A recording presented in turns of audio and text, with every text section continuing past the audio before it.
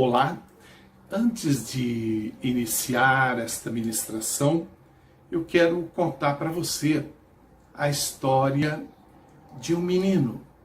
Preste atenção, um menino simples, menino de porte pequeno, deveria ter aí por volta dos seus 7, 8 anos, magrinho, mas um menino que tomou muitas decisões erradas em sua vida. Um menino que morava num bairro simples, de casas populares, mas um menino que passava muita necessidade. Tinha vontade de comer muita coisa, mas não podia comer porque seus pais não tinham condições de poder comprar. Ele tinha papai e mamãe que trabalhavam. O papai era alfaiate e a mãe desse menino fazia de tudo, costurava fora, trabalhava como doméstica, até em grandes necessidades, quando esse menino tinha vontade de comer alguma coisa, a mãe desse menino trazia do serviço, embrulhada num saco plástico, alguma mistura, alguma coisa, escondida, inclusive, da patroa. Ela colocava no sutiã e depois chegava em casa, tirava e dava para esse menino comer. Esse menino, ele era também desprezado pela sua família, por ser uma pessoa simples, por ser uma pessoa pobre. Ele não era muito bem visto por muitos da família. Quando havia reuniões, as pessoas faziam piadas e comentários a respeito dessa família, desse menino, principalmente da mãe dele, que não sabia nem ler e nem escrever. Quando alguma coisa acontecia e a fome batia, a mãe desse menino ensinava ele a ir até a feira e pegar aquelas coisas que sobrava da feira, porque quando eles vendem repolho, eles tiram muitas folhas da parte de cima e sobra aquela parte que eles jogam numa caixa, e esse menino ia lá, pegava laranja que estava na calçada, ou uma fruta batida. A mãe dele incentivava ele a fazer isso, e ele ia lá, ele pegava esse material e depois trazia para casa, e sua mãe fazia ali uma sopa, um refogado. Era muito comum esse menino comer polenta no almoço, polenta na janta. Essa era uma coisa que incomodava muito ele.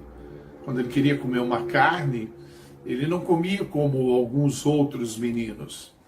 Ele tinha que pegar uma pomba ou um pardal para sua mãe matar e fazer de mistura.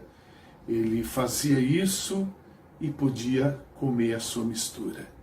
Não que ele fosse triste, ele era muito alegre porque a sua mãe transmitia muita alegria. Sua mãe vendia as coisas, vendia cloro na rua, vendia Comfort. Ela ia com um carrinho de mão e esse menino ia ajudando, batendo de porta em porta, e tudo isso era divertido. Ele entregava jornais no final de semana para ganhar um trocadinho, vendia sorvete, e ele não era triste. Apenas, lógico, toda criança gostaria de comer uma boa comida, mas ele não tinha essa boa comida, um arroz, um feijão, um bife, né? Um macarrão, quem sabe, né? Um cuscuz, né? Não, essas coisas não faziam parte da vida dele. Só que esse menino foi crescendo, foi se envolvendo com muita coisa errada, tomou decisões erradas na vida e acabou entrando no mundo da prostituição, saindo com muitas mulheres e foi pegando gosto disso. E acontece que a vida dele passou mais a dedicar a sexo do que, quem sabe, parar, estudar, quem sabe pensar em outros projetos de vida. Ao contrário, ele não aproveitou a vida dele, a infância, a juventude, só corria atrás de mulher, e o negócio dele era mulher dia e noite. E isso foi atrasando atrasando a vida dele.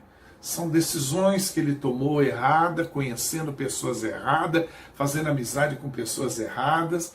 Pessoas foram crescendo, esse menino também foi crescendo, muitos foram casando, alguns morreram, alguns ficaram presos. E tudo foi acontecendo na vida desse menino que se tornou adulto e que nada de bom aprendeu. A vida ofereceu tanta coisa boa para ele, pessoas tentaram aconselhar ele, falar de Deus até para ele, mas ele não queria saber de nada, ele queria saber de bagunçar, queria saber de jogar bola, jogar peão, pular cela, rodar pneu, ficar na rua batendo bola com os amigos. E esse menino cresceu sem Deus, porque seus pais, na verdade, tinham duas religiões. Eles eram católico e espírita, assim como no domingo estava tomando a Santa Comunhão no domingo, na segunda estava tomando passe, e de quarta e sexta fazendo despacho nas encruzilhadas, e esse menino ia junto. Esse menino cresceu nesse meio. E quando ele foi ficando adulto, ele usou desse mecanismo para conseguir ter muita mulher. Ele se envolvia com o espiritismo, usando essa força para poder ter mulheres ao seu dispor. Isso não foi bom para a vida dele, porque de repente ele tentou várias vezes suicídio, mas graças ao bom Deus, Deus preservou a vida desse menino, que já não era mais menino, era um moço já crescido, mas 4 vezes ele tentou suicídio, porque não tinha graça a vida dele. As decisões que ele tinha tomado não tinha feito ele feliz. Ele nunca estava feliz em algumas áreas da vida dele. Vivia rindo, mas por dentro era um vazio muito grande. Aí surgiu a irmã desse jovem, desse adolescente, dessa pessoa que foi crescendo, uma irmã que teve uma experiência com o Senhor Jesus Cristo, uma irmã que começou a professar a fé de Cristo Jesus, mas ele achava isso tudo bobagem. Ele até já havia casado.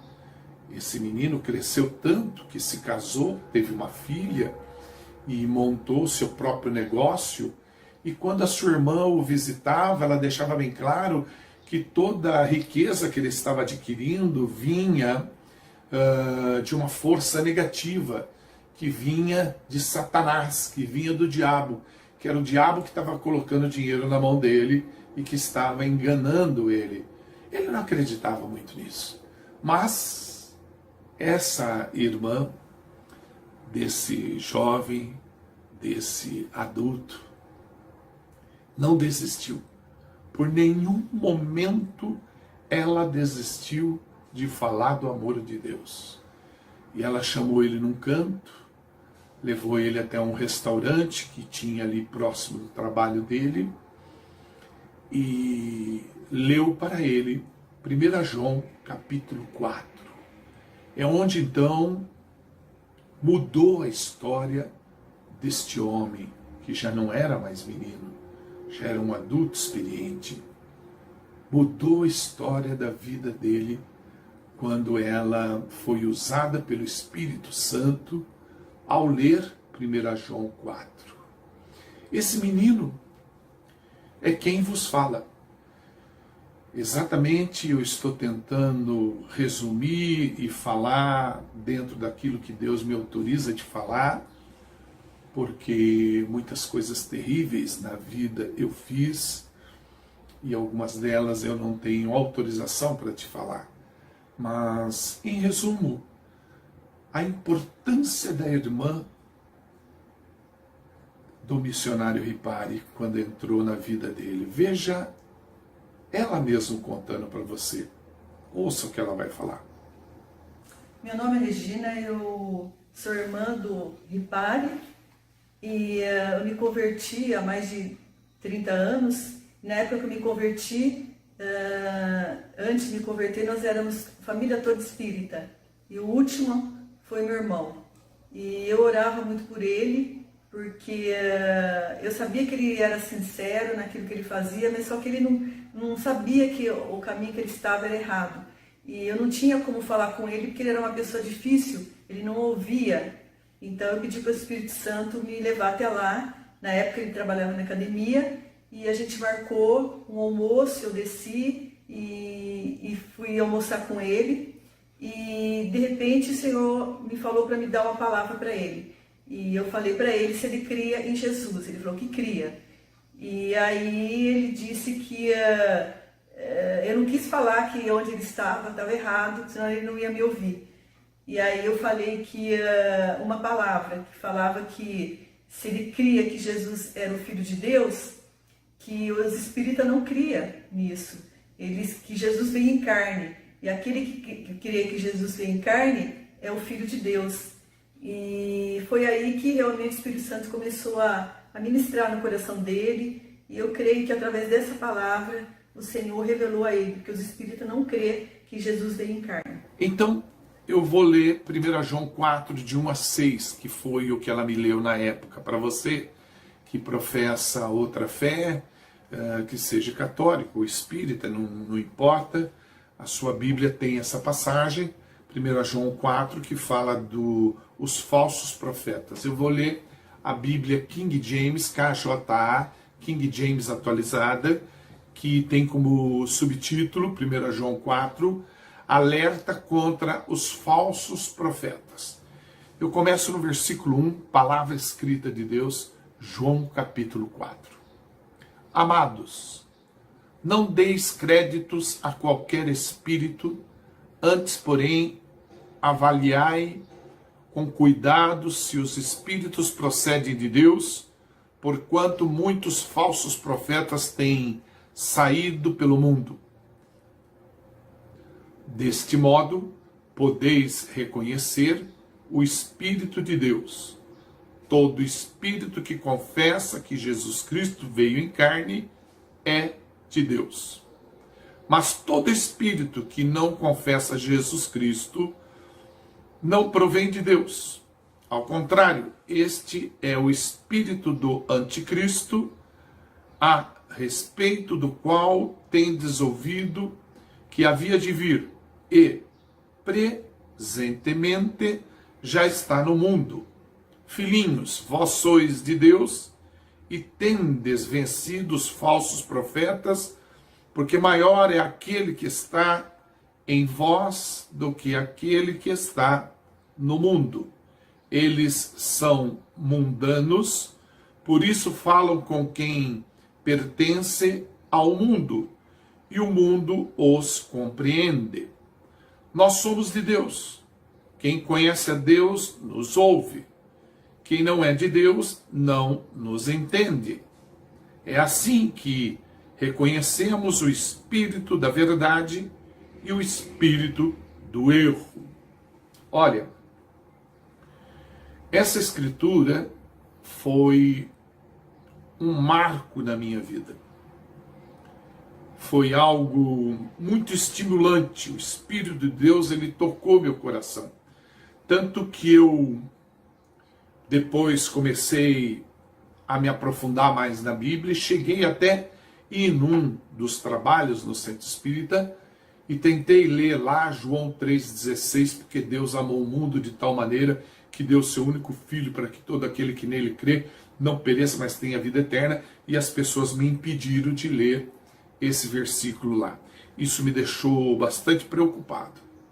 É interessante que eu precisava tomar uma decisão na minha vida. Eu fui para um acampamento a convite da minha própria irmã, minha irmã que me convidou, a Regina, nesse acampamento de carnaval, retiro espiritual, em 1990, e lá naquele local eu aceitei a Jesus.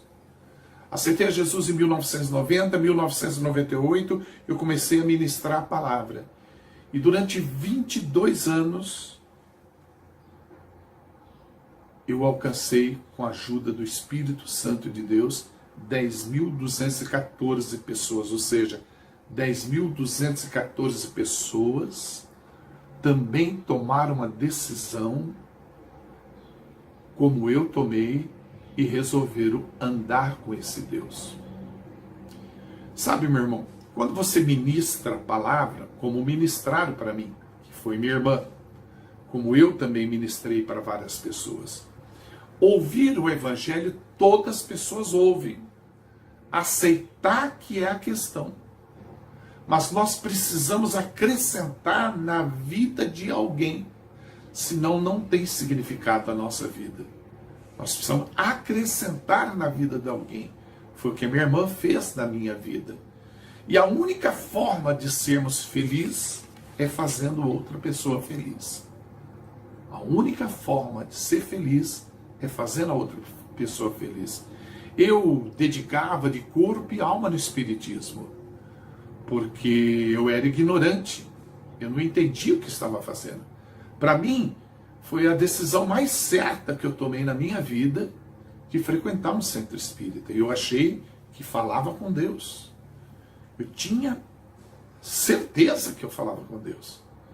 Mas veja o que diz o versículo que nós lemos de 1 João 4 e que minha irmã leu para mim, de 1 a 6. Diz assim: não acredite em todas as pessoas que dizem ter o Espírito de Deus. Precisamos colocar à prova estas pessoas, para saber se o Espírito que elas têm vem mesmo de Deus. E como que nós vamos saber se a pessoa tem o Espírito que vem de Deus? Se ela confirmar que Jesus Cristo veio à Terra como um ser humano, que ele veio em carne. Mas, e quem nega tudo isso a respeito de Jesus Cristo? Esta pessoa não tem o Espírito de Deus. Na verdade, o que ela tem é o Espírito do inimigo de Cristo, ou seja, o espírito do anticristo. Era o meu caso.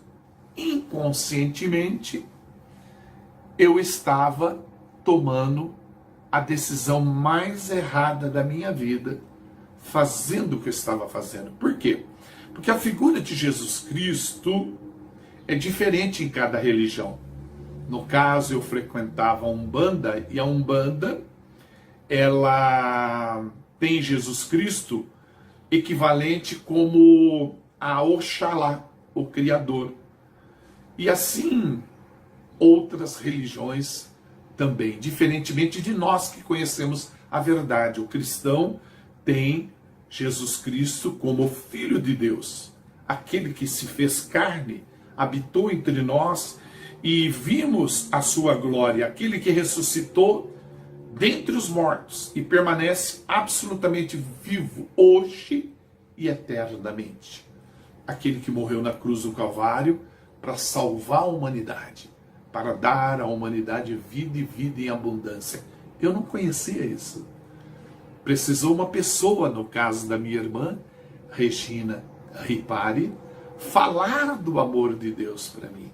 Se você pensa que foi fácil, não foi fácil, porque eu não estava interessado em ouvir isso. Mas quando eu ouvi, eu dei crédito, e o Espírito de Deus confirmou no meu coração. Veja o que lemos em João 4.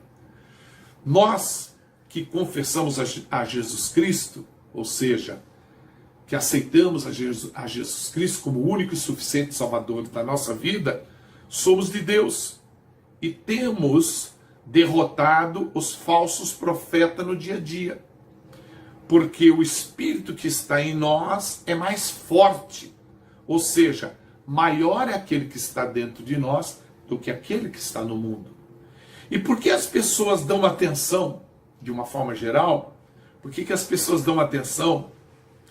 As pessoas ouvem, param, tiram horas e horas para ouvir falsos profetas, que hoje, com a facilidade da mídia, você os vê em tudo quanto é lugar. Programa de televisão e programas específicos. Os falsos profetas têm a atenção de muita gente. E por que isso acontece? Porque eles falam das coisas do mundo. E o mundo ouve porque eles pertencem ao mundo. Alguns parentes nossos amigos, vizinhos, não quer saber da nossa conversa, da nossa experiência, do nosso testemunho. Tanto é que esse testemunho que eu estou contando com a autorização de Deus, em especial para a comunidade evangélica Amigos de Jesus, essa experiência que eu estou te contando, eu nunca tive autorização de falar. Que eu estava num motel, que eu ouvi uma voz dizer seu tempo terminou. Eu nunca pude contar isso. Quem sabe mais para frente, contar um pouco mais, entrar mais em detalhes. Mas eu estou te contando que há uma importância em tudo isso que eu estou te falando. Veja, alguns parentes não querem saber da nossa conversa. Alguns amigos, vizinhos, eles não querem nos ouvir. Eles têm tédio de nós. Só de nos ver, eles já mudam de calçada ou muda de assunto. E por que isso? Porque nós somos homens e mulheres de Deus. Aleluia, louvado seja o nome do Senhor. Nós somos homens e mulheres de Deus. Já quem conhece a Deus nos dará atenção, lógico. Mas quem não pertence a Deus, quem não conhece a Deus, não vai nos ouvir, vai correr da gente. E desse modo que podemos saber a diferença que existe entre o espírito da verdade e o espírito do erro. Agora nós temos a verdade em nós. E nós temos uma responsabilidade, como minha irmã fez em falar para mim. Nós temos muito que falar com outras pessoas. Eu estou falando com você, você está lembrando de alguém, de um irmão, de um parente, de um vizinho, de um amigo, de um professor. Então nós temos que falar para essas pessoas. Minha meta, por exemplo, é levar 1000 pessoas a ouvir essa mensagem. Eu vou conseguir isso. São 1000 pessoas que vão ouvir essa mensagem online, além da comunidade. Quando eu preguei durante 22 anos, que agora 2021 vai completar 23 anos de ministério, mas durante 22 anos, 354.559 pessoas ouviram as mensagens que Deus colocou no meu coração para ministrar. 3% dessas pessoas que ouviram a mensagem levantaram a mão e tomaram uma decisão. Eles aceitaram a Jesus Cristo como único e suficiente Salvador de sua vida. Levantaram a mão para o céu e disseram sim para Deus. São 3%, 10.214 pessoas aceitaram a Jesus Cristo. 1000 pessoas vão ouvir essa mensagem. Com certeza, com base em 3%, nós teremos 30 pessoas que vão levantar a mão para o céu e vão dizer, eu quero ter esse Deus na minha vida. Eu quero reconhecer Jesus Cristo como Filho de Deus, como o único e suficiente Salvador da minha vida. Talvez você precisa, nesse momento, tomar uma decisão.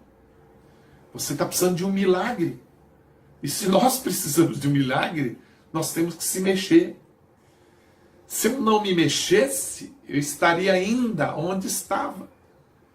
Naquele mesmo lugar onde minha irmã me encontrou. A saber que quando minha irmã foi usada por Deus, eu gostei tanto da exposição das coisas que ela falou, que eu liguei para ela. No momento de recaída, no momento em que eu estava tentando me enforcar, eu liguei para ela para despedir dela. Eu achei um gesto muito nobre que ela fez por mim, falar de tudo que ela falou. Mas é interessante que ela percebeu, o Espírito de Deus falou ao coração dela o que estava acontecendo. E aí ela telefonou para um pastor, ela foi me segurando na ligação, e esse pastor chegou em tempo no lugar onde eu estava trabalhando, foi comigo num canto, conversou comigo, colocou a mão na minha cabeça, orou por mim. O nome desse pastor, pastor Moisés, hoje ele está em Dallas, nos Estados Unidos, sua esposa Rosa. Ele tem uma grande família, família sacerdotal. Ele foi usado por Deus ali. Ele disse uma frase que marcou a minha vida: Deus vai fazer uma grande obra na sua vida. E eu pensei comigo, estou pagando para ver. Foi onde eu aceitei o convite dele e da minha irmã para ir nesse acampamento em 1990. E lá eu aceitei a Jesus Cristo. Ah, missionária, você está falando isso porque você prega o Evangelho? Deus separou você para isso? É mole você falar dessas coisas. Não, não, não, não, não, não. A promessa de Deus é para todos nós. Se Deus pode fazer o que fez na minha vida, Ele pode fazer na sua também. A Bíblia é clara em nos explicar: buscai, procurai a Deus e a Yahvé, enquanto é possível encontrá-lo, invocai-o enquanto está próximo. Está no livro de Isaías 55. Você está entendendo? O que vai sobrar? O que vai sobrar de você? O que vai sobrar de você? Quando você partir dessa terra? Algumas roupas? Olha, eu conheço essa história, eu tenho experiência, eu tenho 67 anos. Quando eu era menino, quando eu era pequeno, eu usava sapato dos outros, roupa dos outros, porque minha mãe não tinha condição de comprar. Eu não estou aqui reclamando. Eu sou um homem bem realizado. Eu sou feliz. Feliz porque tem Cristo Jesus no meu coração. Mas eu sei o que é isso. Minha mãe dizia: sabe quem morreu, filho? Sabe quem morreu? O fulano de tal, que mora na rua de baixo. Provavelmente a mãe dele vai dar as roupas e eu vou pegar para você. Eu usava roupa de morto, sapato, que não servia para mim. Minha mãe cortava a ponta, os dedos ficavam de fora. E eu usava isso com a maior alegria. Só não usava cueca de morto. Mas camisa, blusa, eu usava. Sabe, o que vai sobrar de você quando você partir dessa terra, se não roupas? Que vão distribuir para todo mundo? Instituição de caridade? Sei lá para quem vão dar suas roupas. Talvez sobre de você um molho de chave, um relógio. É isso que vai sobrar de você. É só isso que vai sobrar de você. E as pessoas vão falar: que chave é essa? Ah, essa é da casa e essa é do carro. Vende o carro. Vão vender o seu carro, pegar o dinheiro e fazer outra coisa. O seu relógio é antigo, joga fora. O que vai sobrar de você? Tome uma decisão de aceitar Jesus. Você está entendendo? Eu fiquei muito triste quando redigi essa pregação. Porque quando eu escrevi essa pregação, eu ouvia uma voz nítida no meu ouvido. E Deus permitiu que eu ouvisse muitas pessoas que irão ouvir essa mensagem e vão dizer: mas essa pregação não tem nada a ver. Essa pregação não tem nada a ver. Porque eu já aceitei a Jesus. Como que pode pregar uma mensagem? Eu já sou salvo. Deus me mostrou. Eu chorei muito quando escrevi essa mensagem, quando cheguei nesse ponto agora que eu estou falando com você. Você está dizendo o que vai sobrar de mim, missionário? Quando eu for, a chave, o relógio. Oh, meu irmão,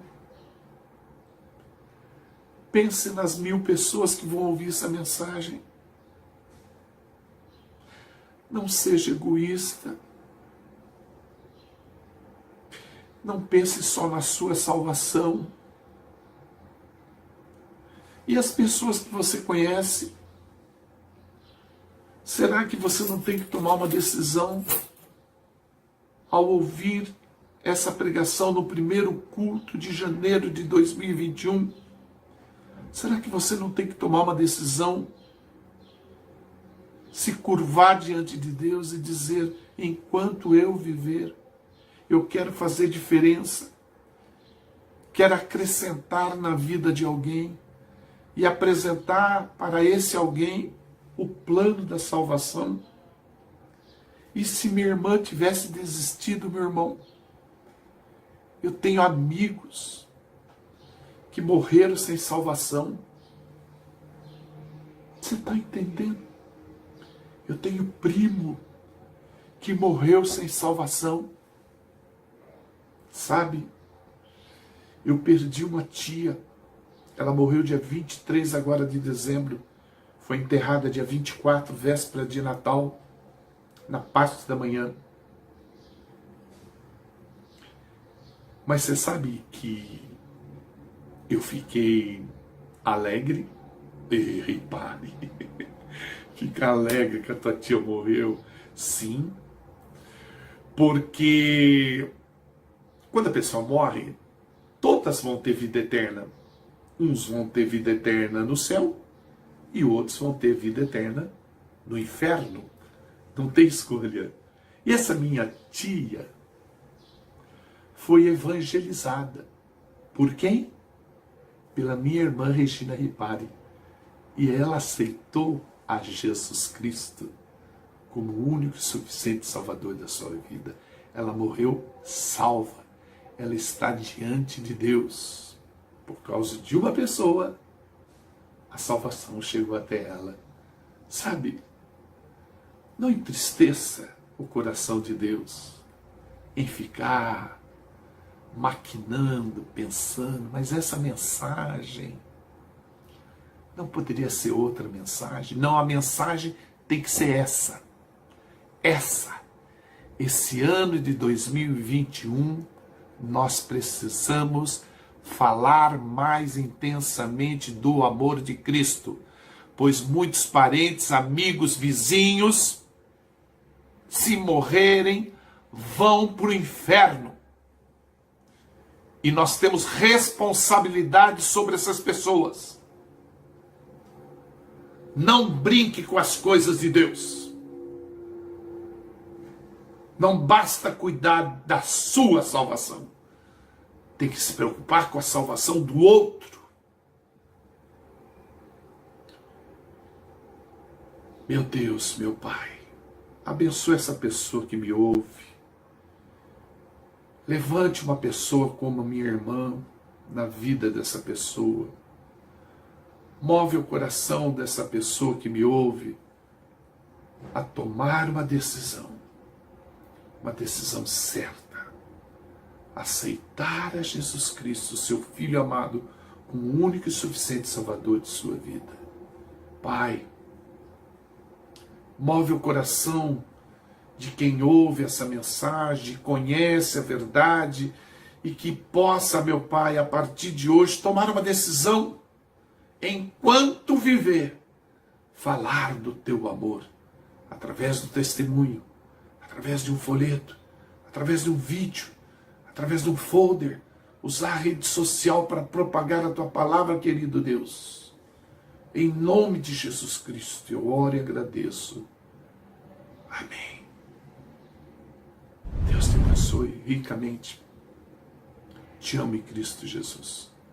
Pense em tudo que falamos. Procure a Deus enquanto é possível encontrá-lo. Invocai-o enquanto está próximo. Deus te abençoe. Obrigado pela atenção.